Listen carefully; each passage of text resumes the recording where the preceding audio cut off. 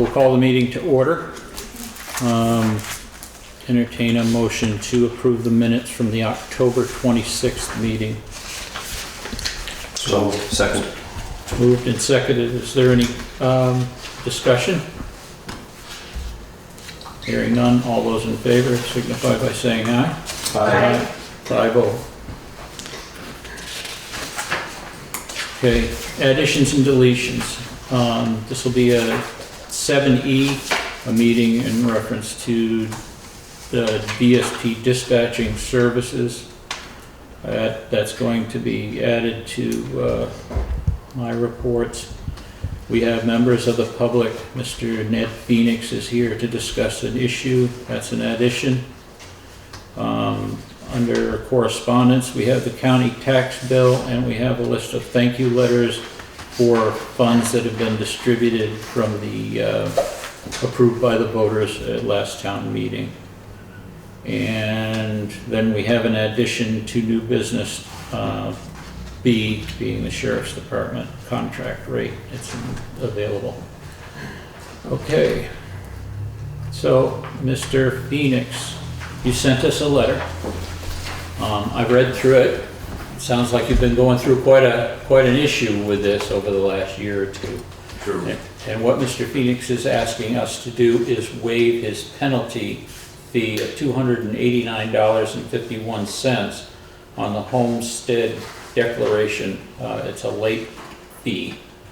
Now, this has gone back and forth here from the listers through the town clerk and the treasurer, and the sum of it is that this is an issue that we have to give him relieve him of this. It's not an abatement issue.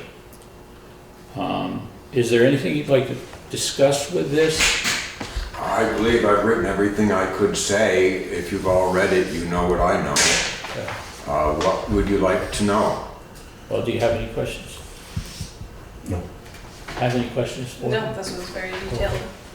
Yeah, I think it's pretty clear. I appreciate you came to answer questions if necessary. So if there are no questions, I'd entertain a motion to relieve Mr. Phoenix of his $289.51 late fee on his homestead declaration. So moved. Second. Is there any further discussion? Hearing none, all those in favor? Aye. Aye, 5-0. Okay, you're all set. We'll transmit it to the town clerk or whoever we gotta get it to take care of. And I have my last bill, and it has a number that I'm supposed to pay this month, and I'm wondering if that number is going to be the same, and shall I just pay it, or will it be different, and I will wait for a different bill before the 19th? That I don't know. You might want to talk to either the listers or the town clerk. I'm not the one to be able to answer that. Okay, We'll I just take- had to bring it up. Yeah, we'll put this to the powers to be as far as that issue goes, and I just don't want to be late again, you Yeah. follow what I'm saying? Yeah. In the payment, so don't hesitate to call these people, we have here to help you if you need it. I will do so. Okay, thank you. folks very much for your understanding. Yep, have a nice night. Okay, moving on, the county tax bill came in, and apparently they had upped it. You'll see in the packet that we had allocated $14,000 and it jumped to $16,536 that we owe the state of Vermont, or the county, not the state of Vermont, the county. And that's gonna have to be, we're gonna have to deal with some of that come up in upcoming budget meetings. That's for the next tax year? Yeah. Okay. Well, their tax year runs different. If you read through that thing, I it'll did. tell you what it runs through, but it's like really off from what our budget year is. At February July to 1 Oh, February to January 31st. So. All right, there, inside the package, there's a bunch of thank you notes, like I said at the outset, from different organizations for the Social services. social services, thank you. Grace Cottage, Center, Vermont Center for Independent Living. Keep going here. SEVCA, the Vermont Family Network. And there is one more that has come in, or that is part of this, of the Humane Society. There's one more that's part of this that I had pulled because I don't know whether it's a thank you note or a request for funds this year. So we're gonna send them a clarification on what it is. It's really unclear what they had to say. Okay, warrants. Go right ahead. Make a motion to pay warrants, starting with number 1, payroll, in the amount of $11,614.18. Number 2, payroll tax, amount of $4,844.83. General fund in the amount of $18,548.05.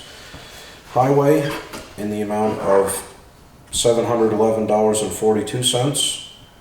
Highway fund again in the amount of $9,389.99. And equipment fund in the amount of $3,171.86 for a total of $48,280.33. Okay, we have a motion. Do we have a second? Second. Okay. Motion seconded. Do we have any discussion about any of the warrants 1 through 6? Hearing none. All those in favor of paying check warrants in the amount of $48,280.33 signify by saying aye. Aye. Opposed? Abstentions? 5-0. All right, next. Go ahead, Steve. Tomorrow at 11 o'clock in the morning, we have an assessment meeting, a phone meeting with FEMA. I know Sherwood will be on, Connie will be on. We're looking for dollar estimates of damage that we have recorded. We did bring in salt last week, 120 tons. The sand shed is full. We can expect delivery of the new truck by the end of next week. And as a reminder to everybody, we are used up all of the purple bags and we'll be transitioning to the blue bags. I just delivered my first box to Alenka, so we'll start to see the bags turn over to the color blue, the South Berwick, Maine bags that we'll be using until I like the Seacoast. we can get purple bags again. And in regards to the Green Mountain Power easement, I did do a site visit with Betsy. She showed me the plans, what Green Mountain Power is looking to do. They're going to be replacing all of the existing poles with larger poles. It's going to be carrying more wires, heavier wires.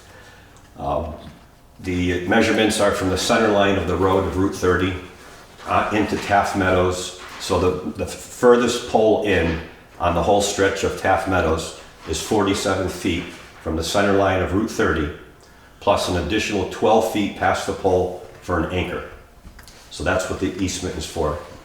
Also, the end by the cemetery, they will be cutting down all the brush under the power line and trimming the trees behind the power line. And adding the pole near Chris Angel's house on that small strip of Taft Meadows, between Jim Crozier's and Chris Angel's. Does it take up any more of Taft Meadows than what the existing Several feet, several feet? just because the poles are bigger. Well, how are the, Longer anchors. They need 12 feet off the pole for an anchor. well, how far are they out in the field now? They're over 36 feet now from the center of the road. Without anchors right now? Or they do have anchors? They do have anchors. Okay. And the stakes are out there, if you see the stakes next to the existing poles. What is that going to do to our access? It won't change our access. It eliminates what we can do on that strip of property where the easement is. We can't construct anything. You can't have a building, you can't have a swimming pool. You can have a driveway, of course, but not a structure What do you mean? Can't have anything how far away from it? within that easement. So, So within that, what, you say 12 foot wide 47 strip? 47 feet 47 from the foot. center of Route 30, Okay. and then an additional 12 feet for the anchor. Okay. and they can't do what they wanna do without this? This is the easiest way for them to do what they have to do. But they can do what they need to do with what they have in the If existing. we reject this, then they have to work within the existing easement. And is it doable? I'm not an engineer.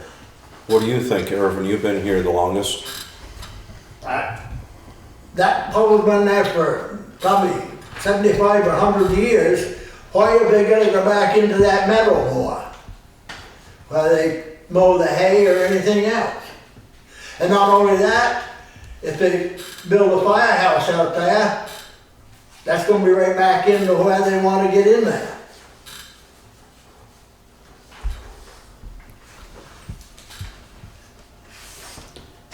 Okay, is there, I guess we can bring it up to the motion stage and go into an actual discussion over it and make a decision whether we're gonna allow this to go through or have them work within their, the easement or the property lines that they already established. So I guess I'd entertain a motion for that. What is the motion? To just basically bring this to some kind of a debate. You know, do we accept it? I guess the motion would be accepting, and then we can vote whether we would accept it or not. Okay. Okay? So, do we have a motion? If we don't have a motion, it fails, they go with where they are. We don't do anything further. Okay? I will contact Betsy. Thank you, Steve. Town clerk's report's in the package. And the treasurer's report says that the municipal investment fund is $986,126. And no cents, and checking account is $30,000 even. All right. Sidewalk issue, you all got this picture that came. This came from a citizen's complaint that this guy had stacked these rocks on the sidewalk. Steve was able to get in touch with the state police. The state police wanted the state highway to come up and remove them.